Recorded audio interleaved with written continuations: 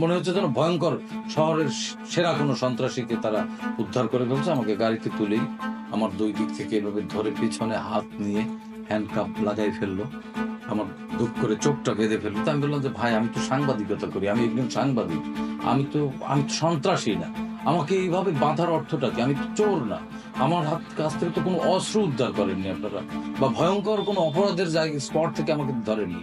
এভাবে আমাকে বাঁধতেছেন, চোখ বাঁধতেছেন, হাত পেছন থেকে বাঁধতেছেন, এটা কেন? এটা বলার সাথে সাথে পেছন থেকে ওই মাইক্রোর সামনে পেছনে অনেকগুলো লোক বসা ছিল, আমার দুই পাশেও দুইজন বসা ছিল। পেছন দিক থেকে আমাকে কিছু একটা মোটা শক্ত হবে সেটা দিয়ে ভয়ঙ্কর ভাবে আমার ঘাড়ের উপরে অন্তত 15 থেকে 20টা হিট করলো, এবং এত জোরে হিট করলো যে আমার মনে হচ্ছে যে আমার চোখ থেকে চোখগুলো বের হয়ে যাচ্ছিল এবং দাঁতগুলো খসে যাচ্ছিল।